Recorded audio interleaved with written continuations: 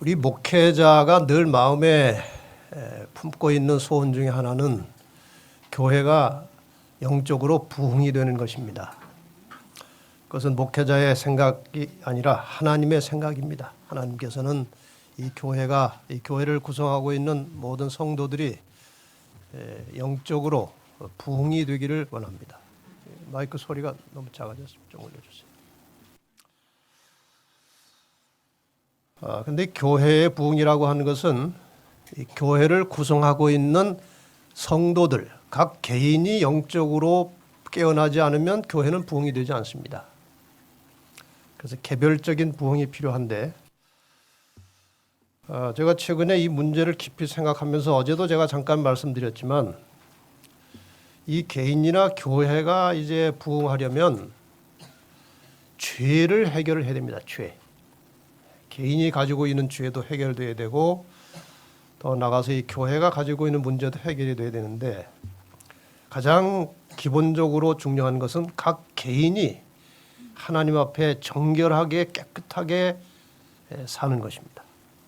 그러려면 죄를 날마다 처리하고 죄를 품지 않고 항상 깨끗한 상태에서 성령이 내재하시고 성령께서 일할 수 있는 상태가 만들어져야 사람이 영성이 생기고 영적인 사람으로 변해가는 것이에요. 그래서 이 죄 문제를 제가 자꾸 생각하다 보니까 설교도 요즘 이쪽으로 제가 상당히 많이 관심을 갖게 되었고, 어쨌든 다른 무엇보다도 저나 여러분이나 개인적으로 이 죄를 해결하지 않으면 부흥이 되지 않는 것입니다. 그래서 이 문제를 좀 오늘도 다루려고 합니다. 죄와 상관없이 사는 사람들. 이 말씀은 히브리 9장 28절에서 나온 것입니다. 우리가 신앙을 하면서 바라는 최종적인 목표는 예수 그리스도의 재림을 맞이하는 것입니다. 여기 재림에 대해서 말씀하시기를, 이와 같이 그리스도도 많은 사람의 죄를 담당하시려고 단번에 들이신 바 되셨고 구원에 이르게 하기 위하여 죄와 상관없이 자기를 바라는 자들에게 두 번째 나타나시리라. 이건 아주 중요한 말씀이죠. 예수님께서 재림하실 때에 누구를 데리러 오시는 겁니까? 죄와 상관없이 살면서 주님을 기다리던 사람들을 데리러 오는 것입니다. 어떻게 보면은 참 어떻게 죄와 상관없이 살 수 있을까? 하나님께서 되지 않을 일을 말씀하지 않으십니다. 오늘 잘 말씀을 들어보시면 어떻게 사람이, 그리스도인이 죄와 상관없이 살 수 있는지, 또 왜 상관없이 살아야 하는지, 그 문제를 오늘 다루게 되겠습니다.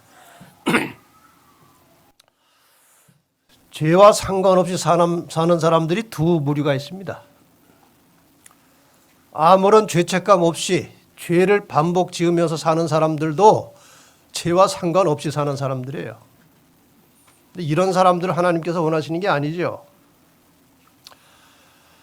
하나님께서 원하시는 죄와 상관없이 사는 사람들은 항상 죄를 정리하고 용서받고 죄와 싸워서 이기는 사람들이 죄와 상관없이 사는 사람들이에요. 죄와 상관없이 산다고 하는 것은 죄를 안 짓는다는 것이 아니고, 혹시 죄를 범해도 즉시 죄를 처리하고 사는 사람들이에요. 우리는 죄를 완전히 안 지울 수가 없습니다. 마지막에 주님께서 오셔서 우리를 완전히 변화시키는 날까지 우리는 죄와 싸울 수밖에 없어요.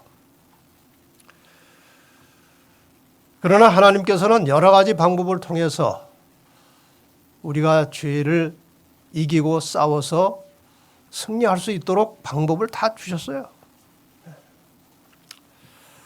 그럼 먼저 왜 그리스도인은 죄와 상관없이 살아야 하느냐 이거예요. 왜? 이것은 그리스도인이 재림 때만 죄와 상관없이 서 있어야 된다는 것이 아니고, 재림 이전에 우리가 평상시 살아가는 모든 삶 속에서 죄와 상관없이 살아야 된다는 그 말씀이에요. 네. 왜 죄와 상관없이 살아야 되느냐? 중요한 이유는 하나님은 죄에 대해서 진노하시는 분이에요. 이사야 64장 5절에 보면은 주께서 기쁘게 의를 행하는 자와 주의 길에서 주를 기억하는 자를 선대하시거늘 우리가 범죄함으로 주께서 진노하셨다 그랬어요. 범죄함으로 진노하셨다. 에레미야 2장 35절에도 그러나 너는 말하시기를 나는 무죄하니 그 진노가 참으로 내게서 떠났다. 이쪽에서는 범죄하여 진노가 왔어요. 이쪽에서는 무죄하니 진노가 떠났어요. 하나님의 진노는 범죄와 관련이 있는 것입니다. 왜 하나님은 죄에 대해서 진노하시느냐 하는 것입니다.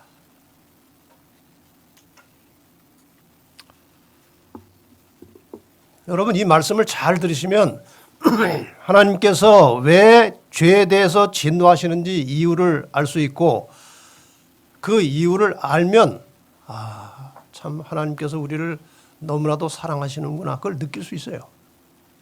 에스겔 33장 11절에 주 여호와의 말씀에 나의 삶을 두고 맹세하노니 나는 악인의 죽는 것을 기뻐하지 아니하고 악인이 그 길에서 돌이켜 떠나서 사는 것을 기뻐하노라.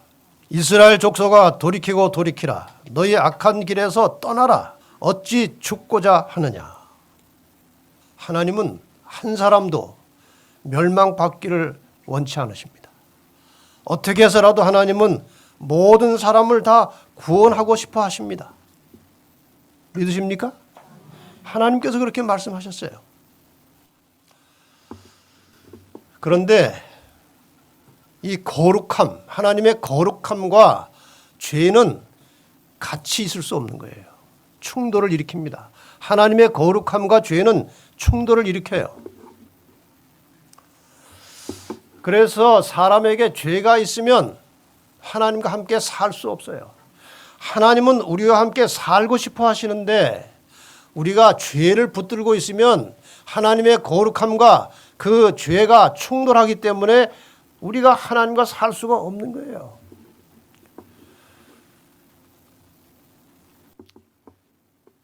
여러분 아이하고 이제 길에 가는데 아이가 공을 가지고 놀다가 이 공이 갑자기 떨어져서 도로로 굴러 들어가는 거예요. 이 아이들은 그 감각이 균형이 없어가지고 차는 안 보고 뭘 보고 쫓아가요. 공 보고 쫓아갑니다. 차가 저기서 막 오는데 그때 그 부모가 어떻게 합니까? 얘야 그거 공을 그렇게 하면 되겠느냐? 그 차가 지나간 다음에 해지럽니까? 난리가 납니다. 소리를 질러댑니다.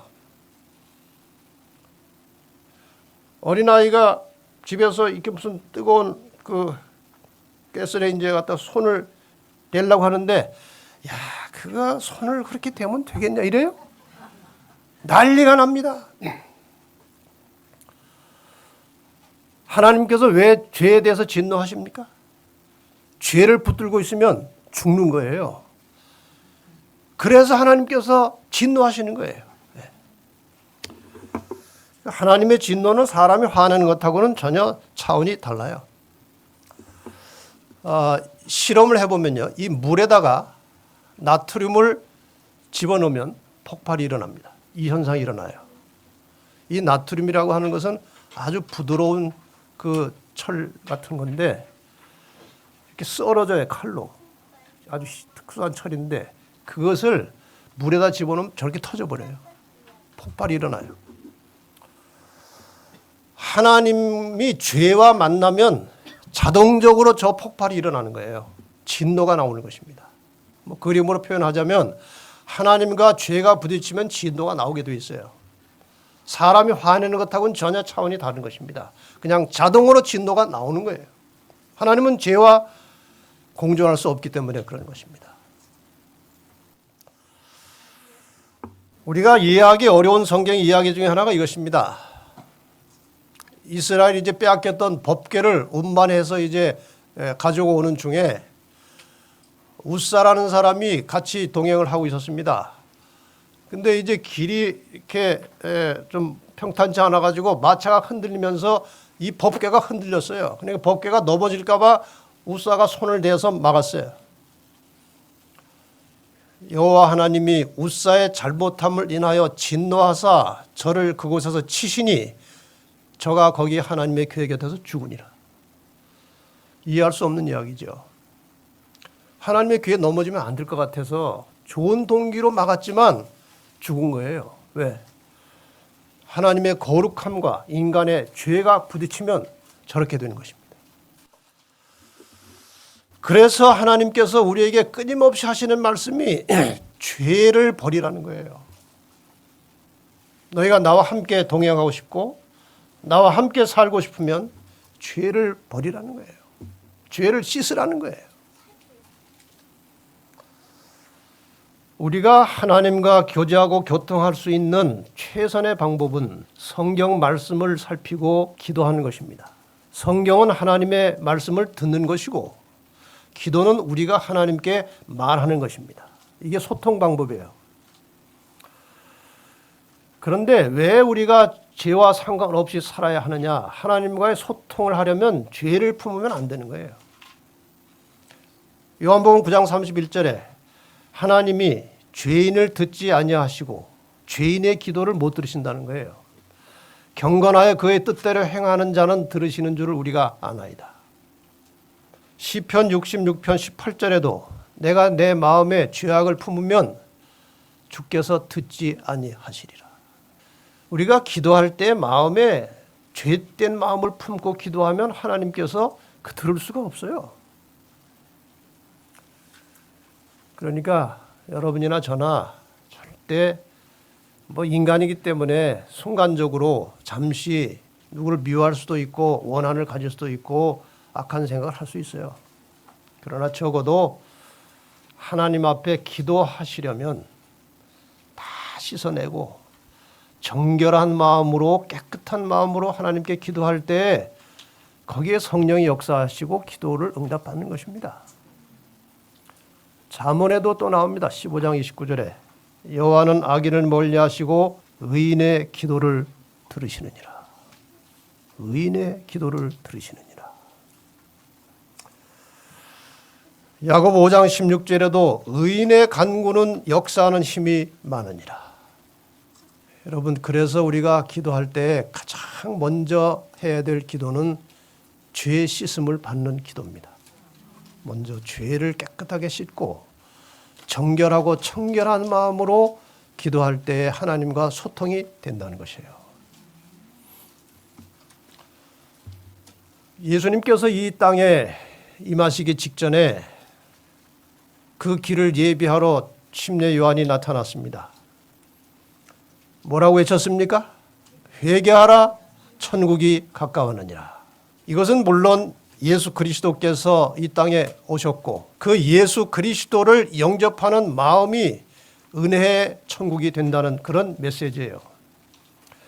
그러니까 예수 그리스도를 마음에 모셔드리기 전에 청소를 하라는 거예요. 회개하라는 것입니다.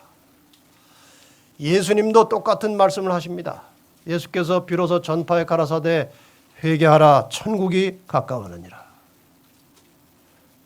우리의 마음속에 예수님이 임하시고 내 속에 함께 계심으로 내 마음이 은혜의 천국이 되기를 원하신다면 늘 심령을 깨끗하게 하고 사시기를 바랍니다.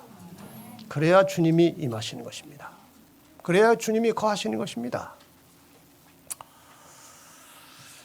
그런데 죄를 회개를 하려면 죄를 깨달아야 회개를 하죠. 그렇지 않습니까? 어떤 사람은 누가 봐도 그게 죄인데 본인은 죄라고 인정하지 않은 거예요. 그럼 회개가 안 되는 거예요. 죄를 깨달아야 회개를 하는 것인데 죄를 어떻게 깨닫습니까? 우선 죄가 뭔지 알아야 되겠죠. 죄가 뭡니까? 요한일서 3장 4절에 보면은 죄는 불법이라고 그랬어요. 법을 범한 것이 죄입니다. 마태복음 7장 23절에도 예수님께서 내가 너희를, 여기 너희는요, 그 뒤에 전에 나오는 성경절 보면은 아주 하나님 편에서 일을 많이 한 사람들이에요. 귀신도 쫓아내고 병도 고치고 무슨 선지자 노릇도 그러던 사람들인데, 불법을 행하는 자들아 내게서 떠나가라. 법을 지키지 않는 사람들은 나하고 필요 없다는 것입니다. 이건 물론 하나님의 법을 말하는 거죠. 여러분 상식적으로 생각해 보세요. 법이 없으면 죄가 성립이 안 됩니다. 우리 현실에서도 이런 일들이 자주 일어나요. 이건 누가 봐도 죄예요. 잘못된 것인데 법 조항에 그 죄에 대한 명백한 규정이 없으면 아무것도 아닙니다. 형벌을 할 수가 없어요. 법 조문에 없으면. 법이 있어야 죄도 성립되는 거예요. 그러니까 율법이 폐했다고 하는 사람들이 많은데 율법이 폐하면 죄인이 없어져요. 다 의인입니다. 이 죄인과 의인의 용어는 법정 용어예요. 거기서 법을 가지고 기준으로 심판해서 죄가 있는지 없는지를 가려내는 것입니다. 법이 있어야 돼요. 하나님께서 법을 가지고 통치하지 않으면 이 땅에 아무도 죄인이 없어요. 다 구원하셔야 됩니다. 죄가 없으니까. 법은 죄를 깨닫게 하는 거울입니다. 거울이 있어야 여기 뭐 묻었는지 알죠. 법은 죄를 깨닫게 하는 거울이에요. 그러니까 죄를 회개하려면 뭘 알아야 돼요? 법을 알아야 돼요. 법에 비추어서 자신을 돌아보고 죄인지 아닌지를 깨달아야 하는 것입니다. 법을 알아야 돼요. 하나님의 법 혹은 율법은 이런 것들입니다. 뭐 굉장히 복잡한 용어들이 많아요. 뭐 율법, 뭐 또 율례, 규례, 계명 많지만 전체를 율법이라고 할 때 하나님의 말씀 가운데서 사람이 해야 할 것이 있고 하지 말아야 할 것이 있어요.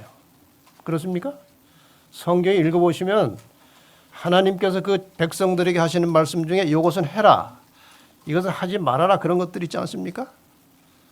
우선 십계명만 봐도 하라 아니면 하지 말라예요. 그러니까 죄라고 하는 것은 하나님께서 하라고 한 것을 하지 않으면 죄고 하지 말라고 한 것을 하면 죄예요. 그것을 깨달아야 되는 거예요. 그러니까 성경이 말하는 죄는 하나님의 말씀의 율법에 순종하지 않는 것이 죄입니다. 그래서 우리는 하나님의 말씀을 많이 듣고 깨닫고 알아야 돼요. 무엇이 하나님의 뜻인지를 구분을 해야 되니까요. 근데 오늘 제가 좀 강조해드리고 싶은 것은 거울을 보고 죄책감을 느끼는데 이게 사람마다 개인마다 차이가 있다는 거예요. 어떤 사람은 이런 죄를 지으면 굉장히 양심에 가책이 오는데 어떤 사람은 별로 가책이 없어요. 죄책감에도 차이가 있는 거예요. 차이가. 자, 몇 가지 정리해 보겠습니다. 동일한 죄라도 사람에 따라서 죄책감의 무게가 다른 거예요. A, B 두 사람이 똑같은 죄를 졌는데 그 양심에 느끼는 죄책감은 서로 다르다는 거예요. 그 다음에 거울을 얼마나 똑바른 정확한 선명한 거울을 받느냐 아니냐에 따라서 또 달라요. 그러니까 율법을 정확하게 바르게 깊이 이해를 하고 있어야 자기 모습이 제대로 비춰지는 거예요. 하나님의 법을 제대로 이해 못하고 법을 보면 그게 자기의 그 모습이 제대로 드러나지 않아요. 그렇지 않습니까? 예를 하나 들어보겠습니다. 그냥 있을 때는 잘 보이지 않던 이 피부의 문제가 이 큰 돋보기를 갖다 대니까 저런 문제가 있는 거예요. 문제가 있는데 모르는 겁니다. 저걸 대야 나오는 게 문제가. 이거는 아주 더 심각한 것인데 저게 지금 바탕이 사람 피부입니다. 얼굴 피부예요. 근데 저것을 확대경으로 보면 얼굴 피부가 저렇게 밑에 있는 네모 안에처럼 저렇게 생겼어요. 확대경으로 보면. 그냥 보면 멀쩡하죠. 여러분도 지금 그냥 보면 다 멀쩡한데 저 확대경 갖다 대면요. 꼭 눈밭 가물어서 갈라진 것 같아요. 안 보이는 거예요. 또 어떤 거울은 사람이 길게 보이는 거울이 있어요. 이게 원래 자기 모습이 아니에요. 저건 길게 보이게 돼 있어요, 거울이. 그러니까 율법이라는 거울에 대해서도 우리가 율법을 제대로 정확하게 깊이 알고 있어야 자기의 참 모습을 볼 수 있는 것입니다. 뭐 가장 기본적인 율법이에요. 로마서 5장 20절에 보면요. 율법이 가입한 것은 범죄를 더하게 하려 함이라. 그러나 죄가 더한 곳에 은혜가 넘쳤나니. 저 말에 대해서 많은 분들이 의문을 가져요. 죄가 더한 곳에 은혜가 있으니 죄를 더 많이 짓자? 그 말이 아니죠. 그런즉 우리가 무슨 말 하려? 은혜를 더하게 하려고 죄에 거하겠느냐? 그럴 수 없느니라. 죄에 대하여 죽은 우리가 어찌 그 가운데 더 살리요? 정리를 하면 이런 것입니다. 법이 없으면 죄가 없고, 죄가 없으면 뭐도 없어요? 용서도 필요치 않아요. 용서가 없으면 은혜가 필요하지 않습니다. 용서라는 것은, 이 은혜라고 하는 것은 갑자기 어떤 사람 붙들고 제가 당신에게 큰 은혜를 베풀었습니다 하면 이해가 됩니까? 말도 안 되는 이야기입니다. 내가 당신에게 은혜를 베푸는데 무슨 은혜예요? 근데 이 사람이 내 자동차를 들여받아가지고 내 자동차가 많이 상했어요. 뭐 수리비가 막 100만 원 이상 나온 거예요. 그런데 보니까 별로 이제 넉넉해 보이지도 않으시고 또 들여받을 때 얼마나 마음이 아프셨겠습니까? 그걸로 다 보상이 됐으니 내가 100만 원 수리비 안 받고 그냥 둘 테니 그냥 가세요. 그게 뭐예요? 그게 은혜예요, 은혜. 용서가 있어야 은혜가 있는 거예요. 용서가 있으려면 죄가 있어야 돼요. 죄가 있으려면 뭐가 있어야 돼요? 법이 있어야 돼요, 법이. 그래서 큰 죄를 용서받으면 더 큰 은혜를 느끼는 것입니다. 제가 왜 이 말씀 드리는가 하면요. 여러분 개인적으로 경험하셨는지 모르겠어요. 그전에 내가 일을 저질 때는 그렇게 뭐 죄책감이 없이 한 일인데, 근데 하나님의 말씀을 깊이 연구하다 보니까 그 지나간 그것이 굉장히 큰 죄라는 것이 느껴진 거예요. 회개하지 않을 수 없는 거예요. 그래서 간절한 마음으로 회개했어요. 하나님,